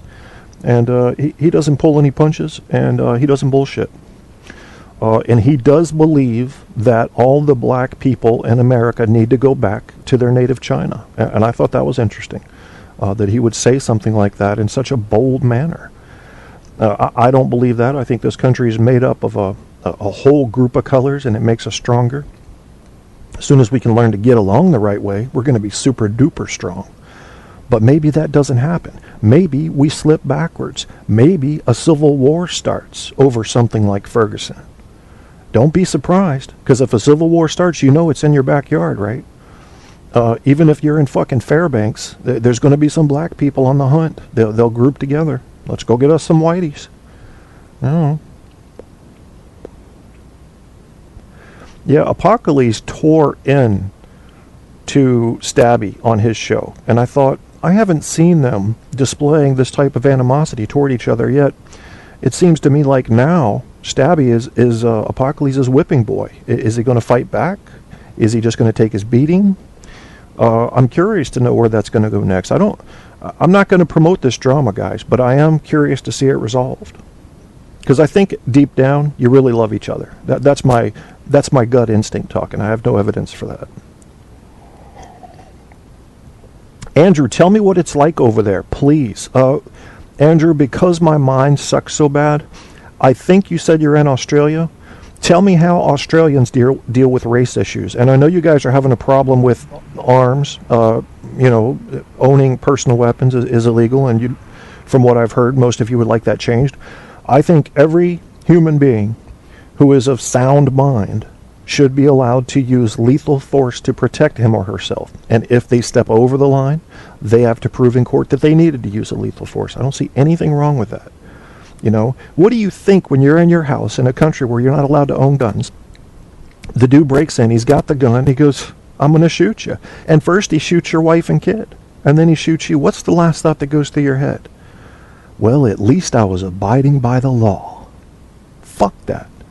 Do what you got to do to defend yourself, people. Fuck the law. I'm telling you, fuck the law. Do what you have to do to defend yourself and your property. That should be a universal human right. Just make sure you're not out looking for a fight. You know people who have done that, don't you? Yeah. I've got a gun now. I'm a badass. I love all female races as much as they let me. Apocalypse is too alpha. I didn't know he was an alpha male. He doesn't seem like an alpha male to me. Maybe he's one of those, to use the word again, bipolar, passive aggressive, if you will, very low key till somebody fucks with him. That's the way I am. I am the most passive guy you'll ever meet until somebody comes around acting like an alpha male and specifically picking on people. God, that makes me erupt. But that's about the only thing that will. Other than that, I'm just like, hey, you do your thing. I'm all for it. Had a guy come, I've always been like that, had a guy come to a high school party. All right, we're talking literally 24 years ago, give or take. And he decided he was a bully, first of all. I can't stand bullies. And I played football with him. I knew him, and I certainly wasn't friends with him. And he came chasing after a couple of friends of mine that had been out on the road because he didn't like the way they passed him or some bullshit like that. A bully always has to have an excuse. And he comes walking up to the door, and I came up to the door for the person that was hosting the party and says, everything okay? And the person said, yeah. So I turned around to walk back away. And the guy outside says, what the fuck did he just ask? What did he just say? And the host was like, don't worry about that. He's just making sure everything's good. No, why'd he have to come up and say some shit? I went out, my friends, and in one fell swoop, I punched the screen door off of the door. It literally flew out into the yard. And I said, leave now, so loudly that the host did the electrocution dance. You've seen that one, right? Where they just shake. And the bully shut the fuck up and just stood there. And I stood there and stared at him. And he walked off, and he ended up coming back later and trying to have a beer with me. See, this is what they want to do. They want to be your friend once you get their respect. Fuck him. I said, I'm not having a beer with you. We were having a good time here tonight. You had to go fucking with everybody. I'm not having a beer with you. If the host wants to leave you at the party, that's fine. It's his party. But don't try to be fucking friendly with me just because I didn't cower to you. Get the fuck out of my face. No, I don't lift anymore. I used to lift, Stabby. I've got stretch marks from lifting so much. Yep. But no, not anymore. I'm strong enough. That's all. I mean, I'm 42. I'm 6'5", 250 pounds, and I don't worry too much about size. I don't think it would matter if I were 5'5", 150. I'm just, I just don't put up with bullies bullshit. What did Andrew say? Sharks take one person every 2 years, by the way. Is that right? I did not know that was the statistic. He's talking about a show we referred to sharks the other night on the Old House Woods show, and how people are so afraid of them. And you're more likely to get killed by choking on a blue Bic ink pen cap than you are to be attacked by a shark, but you ain't afraid of them pens. The last thing going through your head is your brains. You're right. Andrew says more people own guns after the crackdown gun deaths about 17 year. Huh. Sorry guys about Stabby. He gets catty when I flirt with other men. You confuse me. I don't know who's gay or who's just playing. I feel like I can't keep up with you guys. I want to understand you, but I'm not going to. It's just I have to give up that fight. I'm just following the chat like you would follow news from a newspaper where you knew that the editors and writers weren't sane. So you read it, but you also can't take it too seriously.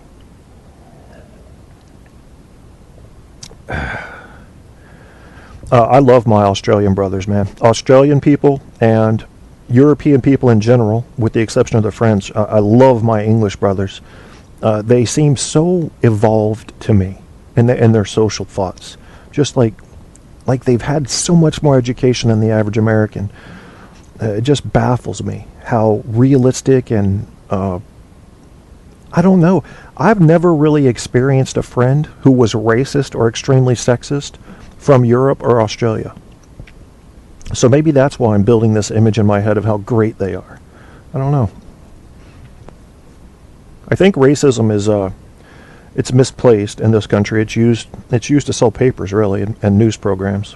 Travel more, okay. Travel more, and I'll find me some Australian racist and sexist. I don't travel much. I've only been out of the country to go to Canada and to drive through Canada. Haven't been to any other countries. But I have been in 47 of these great 50 states, most of them just driving through. Some of them, a school here with the Air Force, living there for a while, bouncing around a bit, which is required when you are a serial killer who is killing prostitutes like I did. And, I had to be selective about where I got my targets. So any of the prostitutes that have died in the last, say, 25 years that A, wore clown wigs, B, whose last name started with a C followed by a Z, and C, who had both a vagina and a penis. If you see any of those that died, that was me. I did that. Yep, that was the group I was after. Which means clearly that I haven't killed anyone. So, yeah. Would you kill someone, though? I had a guy try to break into my house for the first time in my life about 3 weeks ago while I was home. I was taking a nap on the couch. He knocked. I didn't answer. He figured nobody was here. He broke the storm window in the bedroom window and then had a shovel and was trying to pry up the regular window. When he heard some movement, which was me stirring about, I was thinking a cat was caught in our closet or something. We have 4 cats. And I look out toward the front door, and he's doing the little bob and weave thing where he's trying to look through the blinds to see. I think I heard something. Maybe I shouldn't break into this house. By the time I got to the door to see what the fuck was going on, he was just disappearing into the woods. So they come out with dogs, and the cops literally one had a shotgun and one had a looked like a MP4 assault rifle aimed. They had it like up to their shoulder as they went off into the woods because it caught the scent off of the shovel. So he's in jail now anyway. Travel more, and we travel more. Race is less of an issue. So you're saying, Andrew, that it has to do with being cultured. I've always believed that. The typical racist I see in my country, my experience is telling me this, is the small town person who hasn't had to deal with other races a lot. The more they've had to deal with them, the more they're forced to understand them, and thereby empathy grows naturally. If you don't deal with them and you don't expose yourself to their culture, it's always going to be the fear of the unknown pushing your racism. And that's a shame to me. It's a shame. And that goes for every race. You know, blacks that hardly ever deal with whites, they've got these beliefs that whitey is the enemy. Whitey's going to get you. You know, and it just, expose yourself to something. Who is stuck in his ghetto? Mr. Midnight Movie is stuck in a ghetto? Is that what you're talking about? I assume that's what you mean by MMM. I don't know much about Mr. Midnight Movie. Yeah, people that have never left their own state, never left their small town. There was a guy out here in the town I'm in now, and I went to high school out here, in the 8th grade. He said to people, I've never been across the county line, and I never want to go. And this town I'm in isn't too big. And he hadn't been. He had never been across the county line. I'll bet some of my friends, I don't think Kim's listening, but some of my friends will remember who this guy is. He had absolutely no interest in exposing himself to anything outside of this small town of 9,000 people that I live in. What a shame. What a shame. There's a whole country out there you claim to love, and you don't want to experience any of it. That's just a shame, man. You're listening to Truth on Tap. The host is Kevin Kierstead. The co-host does not exist because I'm on the hunt for the co-host. I would prefer a minority female, if possible, to give the widest possible view, so that way we cover males, females, white, and some other race. That's the best I can do with 2 people. 3 hosts would be a crowd. Don't want to do that. Although 3 guys and 1 mic does seem to do pretty well. Not my thing, too confusing. So I am looking for a female minority co-host. If I can't find that, I'm just looking for a co-host who doesn't sound like me so that people will know who's talking. Because I don't like fielding all of the talk. I don't even like talking, and I don't even like the sound of my own voice. Why do I have a radio show? I have no fucking idea. I love the medium is really what it is. I've always been infatuated with radio. It's hard not to repeat yourself on a show like this because, you know, you have new listeners and you have to kind of describe yourself, and Apocalypse is going, again, Kevin? Again, you're talking about the medium? Yeah, you know, because people are new. You can't just assume they know everything. You ever have somebody walk up to you and say something like, yeah, Jenny wasn't even home today. And you're like, who the fuck are you? I mean, not only who the fuck are you, but how the fuck would I know who Jenny is? I hate when people do that. You just assume I know who your wife is? What are you talking about? Weird-ass people. So we talked a little bit about news earlier. We're talking about racism now, and we're doing a little freestyle. And I heard someone say earlier in the chat room that they wanted to talk to God, and or something along those lines. And whenever I hear something like that, my first thought is there something I can do to help this person get what they're seeking, whatever that may be? So we're just going to dial God real quick. Hang on. Here we go. Hello, Heaven here, God speaking. Look, if you leave your name, number and prayer after the tone, I'll get back to you as soon as I can. Please note that I try to answer all prayers in strict rotation, but sometimes the answer is no. It's hard to catch him. He's rarely in the office, has been my experience. So you just have to leave a message. We'll try again later, see if we can catch him in the office. And if you could call God, what would you ask him? What would you ask God?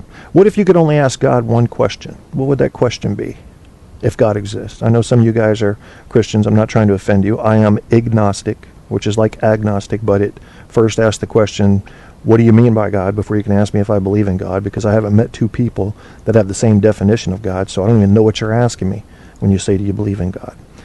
Then, once you define your God, I have to step over into the agnostic camp and say, I don't know. Blind faith has never worked for me and never will, but I also can't rule it out when I don't have evidence against it.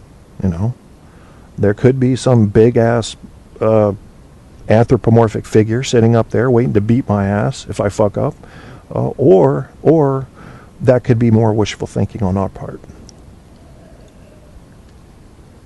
What if God was one of us, just a stranger on the bus?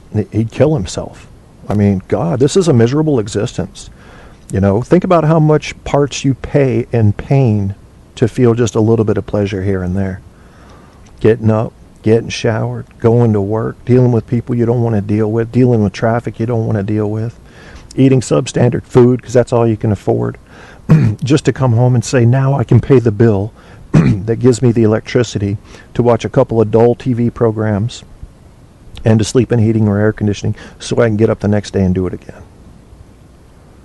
That sound like a good trade-off of investment to pay off for you? Doesn't to me.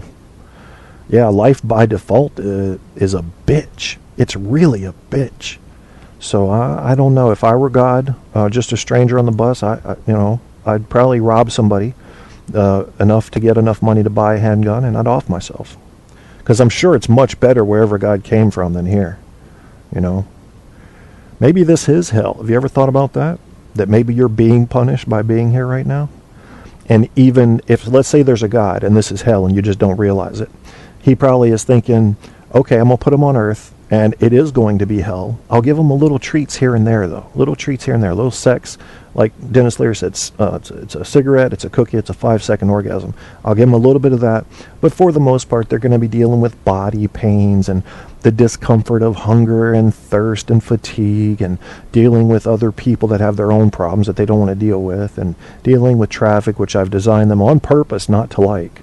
And that's the way I'm going to punish this motherfucker, because he did something wrong in another life somewhere else. Yeah. Yeah, nobody calling on the phone except for the Pope maybe in Rome. That has to be the dumbest line I've ever heard in a song, personally. You may have heard dumber songs than I've listened to, but for me that had to be the dumbest. You're saying God, but we don't know what God. That is, I assume you're talking about Christian because we live in America. Yeah, that's my general go-to God when I talk about God, Stabby. But, you know, I was 1997-ish. I had tried to picture the scenario. You've seen a bathroom rug set. You've got the big rectangular rug, and then you've got the one that goes around the toilet. I've got the one that goes around the toilet hung up over my shoulders, under my neck. And I've got military medals pinned on it. And the one that's rectangular, I have that baby pinned onto my waist as a kind of a skirt, like a kilt. And I'm playing the African god of war and iron, named Ogun, in a college religion class. White dude with war paint on his face and a full 40-inch sword on my hip, playing an African god of war, not just war, but war and iron. Specifically that metal. And I'm thinking to myself, as we get ready for this play, who's to say Ogun's not real? Who am I to say that? You know, and that was the beginning of something big for me. The class itself was teaching me a lot about other religions, but that was something big for me, and a transformation of my belief that if I can't tell one religion they're wrong convincingly, then I really can't tell another one they're right convincingly. Therefore, I will be on the sidelines. And if that gets me sent to hell, fucking sign me up. Because I'm just not buying into one religion over another. If we are stuck in a realm, I believe it would be purgatory, not hell. Okay. Purgatory sounds more correct. I mean, in any world where Drew Carey's comedy is funny, that's not quite hell, but it's not quite heaven. It must be purgatory. Yeah, there's a big jump between a deistic creator first cause to the wish-granting earth flooding manic as depicted in the Bible. I don't even know what you mean by that, Stab. You went straight over my fucking head. God was playing with his cock, said Andrew, on the bus and said, "Excuse me, I created you, so blow me." You would think God could just say, "Snap, snap, I got 2 hoes right here." You know. But then why do that if he could just go, "Snap, snap, I just felt the orgasm in my brain"? I don't know. If he was a stranger on the bus, chances are, I told him at one point or another, "Don't fuck with me or I'll break your neck." So I'm probably not on his good list. But you know, you got to stand your ground, even with God. I didn't know. If I'd known he was God, I might have said, "Oh, excuse me, you're God. You know, first of all, please don't send me to hell, but is heaven as gay as it sounds, God? Because I can't imagine hopping around from cloud to cloud with a halo on and these little faggoty wings on my back and hearing harp music. I don't want to do that. I don't want to do that. When I die, can you just let me die? like ka-tunk, he's gone. Because I don't want to be in the gay heaven or the hell. Just leave me here on earth. I'll haunt people. That's better than the two alternatives in my view. Unless heaven feels like a permanent orgasm. Because if that feeling goes along with it, as some have described, well then, I don't mind that. I think I could live with that. Even if I have gay angel wings and little fucking fat cherub babies flying around with their little evil eyes and shooting arrows and shit at you. I'm going to be like, God, what drugs do y'all do up here? Because this is some fucked up shit y'all do. Yeah, God made me. If God made me, he doesn't mind me thinking like this. That's the way I look at it. I ask questions. You think Socrates went to hell? I mean, faggoty, I shouldn't say faggoty. I'm not in any way opposed to gay behavior. I don't understand it. I've never understood it. I see such a beautiful thing when a man and woman come together that I can't imagine why a woman would want to go with a woman or a man with a man, but I also understand that some brains are wired differently. And you also have that nature versus nurture argument. So I'm not going to sit here and try to decode the gay brain on this show. I just accept it as something I don't understand, just like religion, to be honest with you. When I say gay, I'm usually talking about either people that are behaving in a feminine way or very colorful wallpaper. That's when I'll usually say the word gay. And I don't mean anything by it other than what I associate with gay people by their behavior. That's stereotyping there. Socrates was a pagan. Dante said he resided in an upper level of hell. That's cool. Because I'll bet in the upper level he could ask questions, and that's really what he was born to do anyway. Andrew said he would flap his wings to get free from the gay angels. They probably are gay. They do behave in a gay-like way. Bumper sticker idea, fuck heaven, y'all can keep your faggoty wings. I'm serious. I think I would put that bumper sticker on my scooter.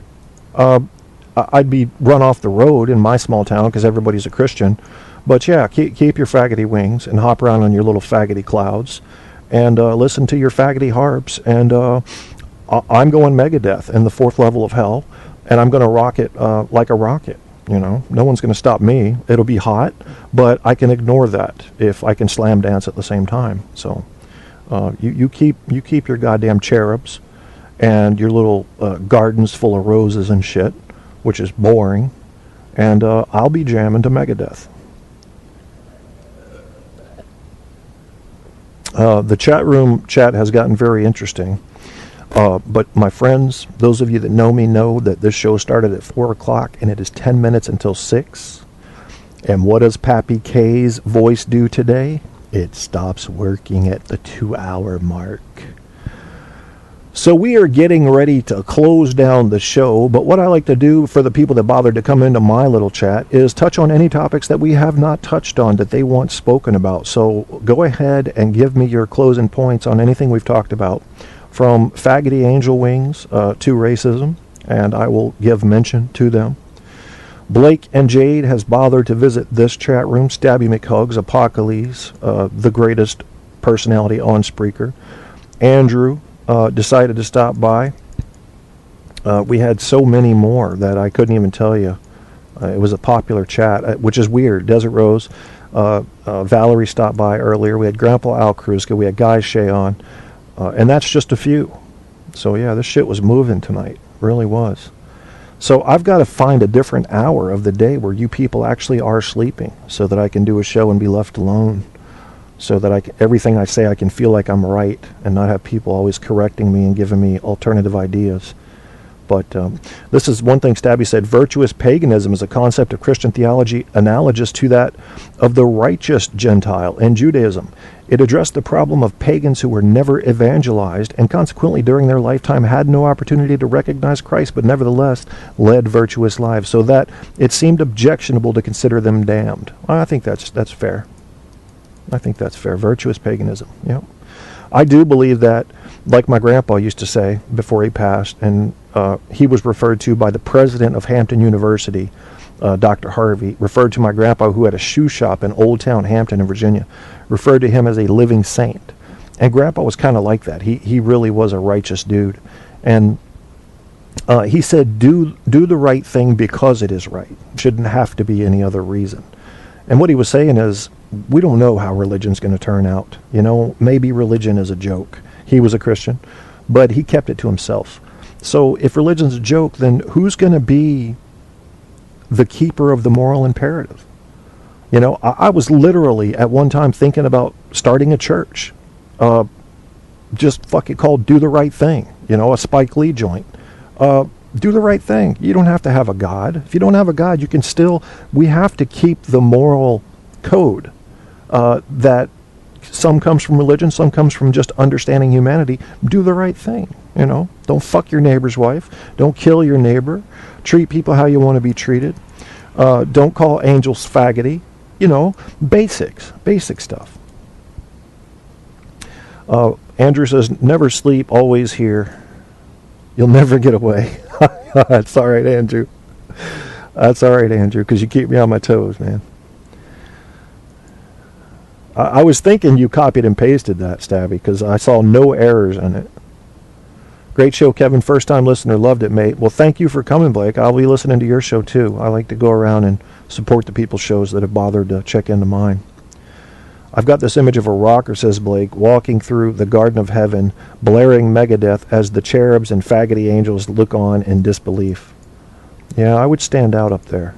I'm not a huge Megadeth fan, though. I'd probably just have a little Metallica or probably Rage Against the Machine. That would be my choice if I had to pick just one band to take to an island. Faggoty Nephilim. Yeah. We got to talk about that some show, Stabby. What do you think about these theories about Planet X and all that shit and ancient aliens and ancient astronaut theory? Andrew says the Church of I Don't Rape Young Boys. I don't know what church that is, because for all I know, just about all churches have a thing for young boys. I don't know what that's about. I think it's probably about, think about this. This is just a theory right off the top of my head. Somebody who is so deeply ingrained in the belief that life is forever may seek to capture and recapture and suspend themselves in their youth. So who's not to say that somebody caught in that psychological trap of capturing and retaining youth wouldn't go after young boys to try to recapture their own boyhood? From a lot of what I've read from a psychiatry standpoint, many of these abusers in the church were abused themselves. Now, that's not an excuse. We all know that. But if they're taught that's okay as long as you don't tell anybody, and then they're not hearing about it because they're in the church where all they're hearing is about faggoty angels the whole time, well, then they're gonna try to hit the young boy, you know? And there's no excuse for that. They should be put in prison and treated correctly, and they are. Prisoners love child abusers, don't they? They treat them real well. And yeah, ancient aliens, we should talk about that. What those asshole names? Dave is an Alex Jones fan? I'm sorry, Dave. I don't hate Alex Jones. I just hate what he's doing. And it's not his fault. He's figured out how dumb people are. He's figured out that if you give people an answer, they don't care what it is. You know, these complex issues that nobody's talking about, the reptiles in the government, nobody came forward to say there weren't any. People are wondering what the hell's going on with the government, so I'll fill their curiosity hole with this information, and then I'll sell them a cure to the disease I just gave them. Thinking all they have to do is pray. Yeah, that's right. They think they'll be forgiven. That's exactly right. That's part of the psychological mechanism behind the religious sexual predator. God forgives me, or I'm on the level with God. I'm closer to God than you. I can get you closer to God, and I'm going to use that power to it because I deserve a little extra in this life. I still don't get why they just go after the boys. I don't think I've ever heard of a priest or preacher sexually molesting a girl. I've never heard of that. I'm sure it's happened, but it seems to always be boys. Remember, back in England from, I don't know, the 1500s on back, they had a preference for boys, young or teenage boys. So there's something going on there psychologically that's not just gay. There's something else going on. Something about capturing or maintaining youth or showing their power over youth or something along those lines. But this is getting way too serious. That's depressing. I don't want to. Girls will openly tell, and it's noticeable. There you go, Desert Rose. That may be their masking agent. If I do it to a boy, I could convince him to be tough and honorable and not tell anybody or something like that. Most nuns just need to get laid. That is true. Why do you think they went into the clergy? Well, that could have been. It could have been a calculated move. We have to consider that. Boys, most parents do not watch for it. That's what happened with Jerry Sandusky, right? I think that was his name. Yeah, they don't. Any from the Vatican City, they protect those sick fuckers. Yes, they do protect them. You know how they treat them is like, it's like cops. They just move them to a new district. We just shuffle them around. People will forget after a while. It's not working anymore. Faggoty could be a new brand. Faggoty shoes, faggoty bonds, faggoty property developers, faggoty carpets and rugs, and so forth. You might even have a faggoty carpet munchers, if I may add that, Blake, to the list. Best way to demoralize a boy, man, is to take his ass virginity. You mess with kids, off with your heads. Do you know that I read that in Rome, at the height of its power, that if you were convicted of rape, a man, I assume, raping anybody, but mostly it was raping a woman, they crushed his testicles between two stones? Maybe we need that back. You would think that'd be a pretty strong deterrent to rape. You know, instead of, well, you'll get a lawyer. If you can't afford one, you'll get a free one, and maybe you'll get off. Maybe you won't even have to spend any time in jail. Just some time in a mental institution and you're done. I don't know. Even if the boys wanted it, it is still a power thing.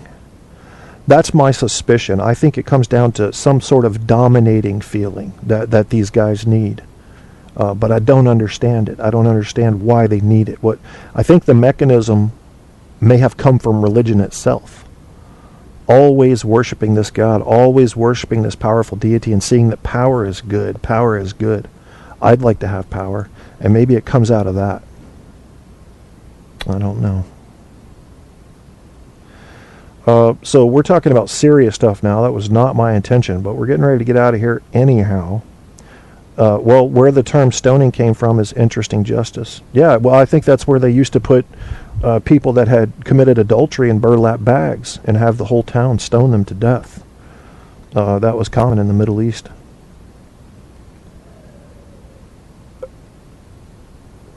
Scum is the name of a movie, Blake. What is that about the priesthood or something? For those of you tuning in late, we had a freestyle show basically about racism and funny stuff, and then it got kind of serious here at the end, talking about the perverted nature of much of the clergy. Definitely a power thing, I concur. I'm going to have to watch that. Is that a documentary, Scum, or is that a movie, or what?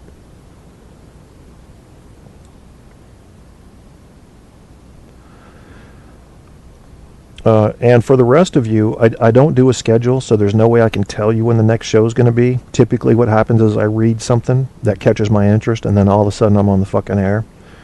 So that's why this show's never going to be big, because I refuse to take the next step up in professionalism. But I am accepting donations now. I actually have a donations tab on the Facebook page, so that if people do decide, hey, I like the way this show's going, they can help it turn into something bigger. And I will start taking it pretty serious if people start literally throwing money at it.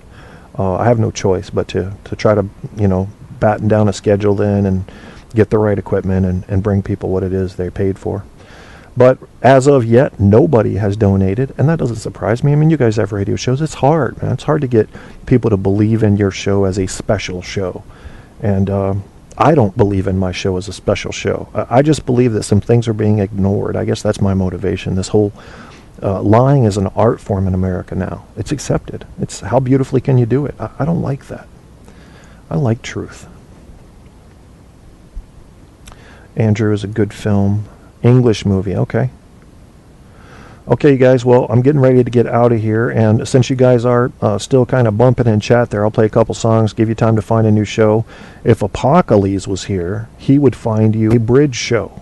So that if you're feeling chatty and enjoying radio shows, he would give you another show to go to, so you can never miss a beat, jump right into the next show. He sometimes listens to 2 shows at once. I tried it once, I just about went nuts.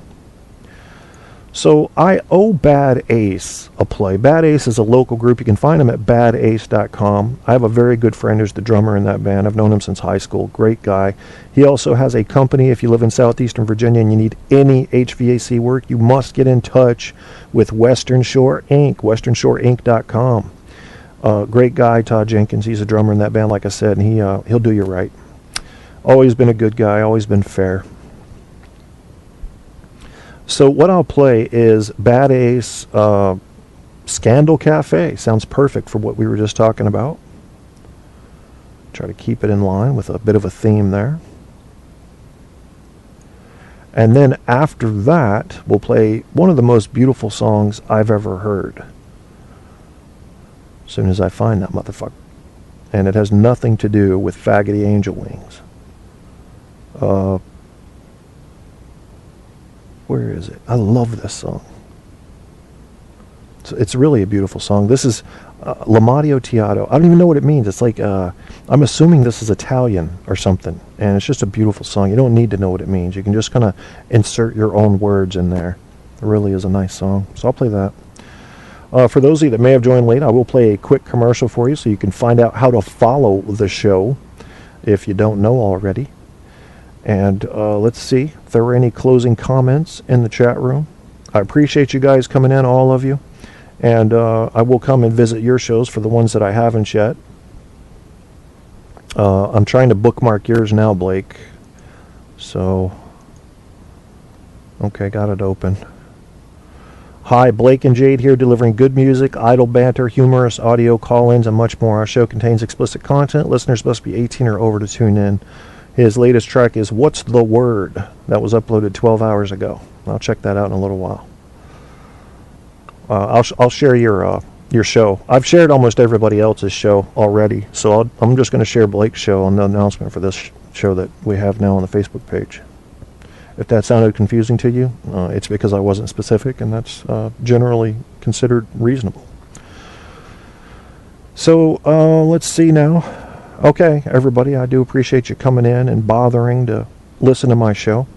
And keep in mind, if you behave well in your life for 60, 80 years, however long you live, you too might get some Faggoty Angel Wings in the end. And that's, you can fly around and, listen to harps and, fart. Fart. You can fart freely in heaven, I'm sure of it. Probably helps motivate you. Or locomote you, or move you, whatever. That's how you know I'm tired, when I start getting three-syllable words confused. But since that is that, You're then here to Truth on Tap with host Kevin Kierstead. Ladies and gents, this is Kevin Kierstead, host of Truth on Tap and Caps on Tap. I hope you're enjoying the show. Truth on Tap is focused on bringing you absolute truth about everything from mainstream media to comedy, from psychology to the paranormal. This show keeps it real, not the fake kind of real, the real kind of real. That same spirit also covers our Caps on Tap show about the Washington Capitals. Caps on Tap shows air only after Capitals wins at this time. Please come like our Facebook page and join the conversation at facebook.com/Truth on Tap show. Truth on Tap has been picked up and promoted by iHeartRadio, the internet audio mega monster, so shows are available there as well as on Spreaker and a limited selection on iTunes. To get in on a show's chat, you can chat from the Facebook page I mentioned or go to www.spreaker.com/user/truth-on-tap and look for the live episode or call in at 910-NO-LYING. That's 910-665-9464. Thanks again for checking out Truth on Tap and Caps on Tap. Oh, baby, I need your love. Oh, baby, I need your love. Tonight I'm thinking about the time that we first met. Oh, baby, that's a night I'll never forget. Oh, for sure. Well, I was just looking for a roll in the head. How could I know that you would blow me away? Now I'm hooked on you, baby, and I need you every day. We were having a party in a little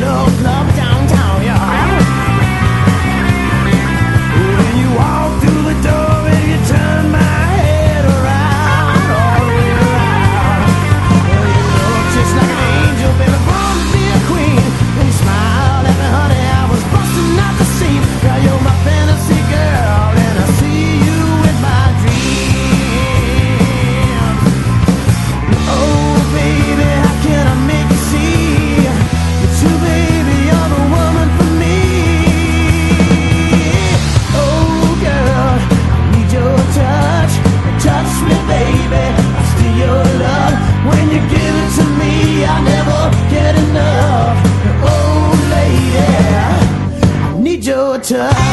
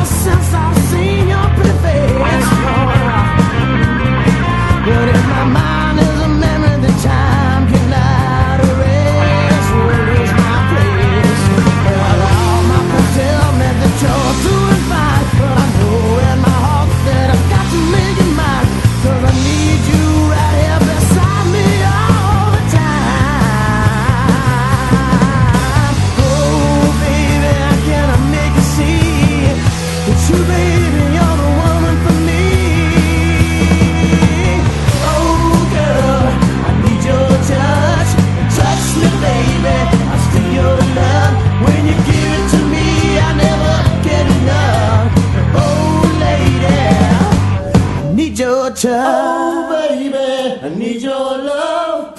Oh baby, I need your love. Oh baby, I need your touch. Touch me, baby, I steal your love. When you give it to me, I never get enough. Oh lady, I need your touch. Touch me, baby.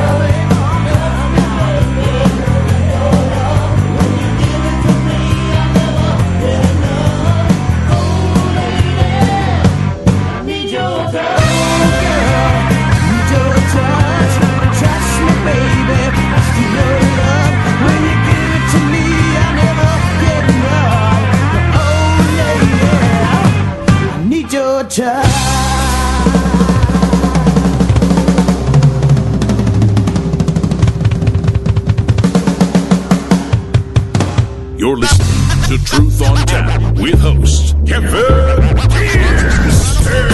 Opening up the truth pipeline for these bitches. And so precious, pushing diamonds, technology.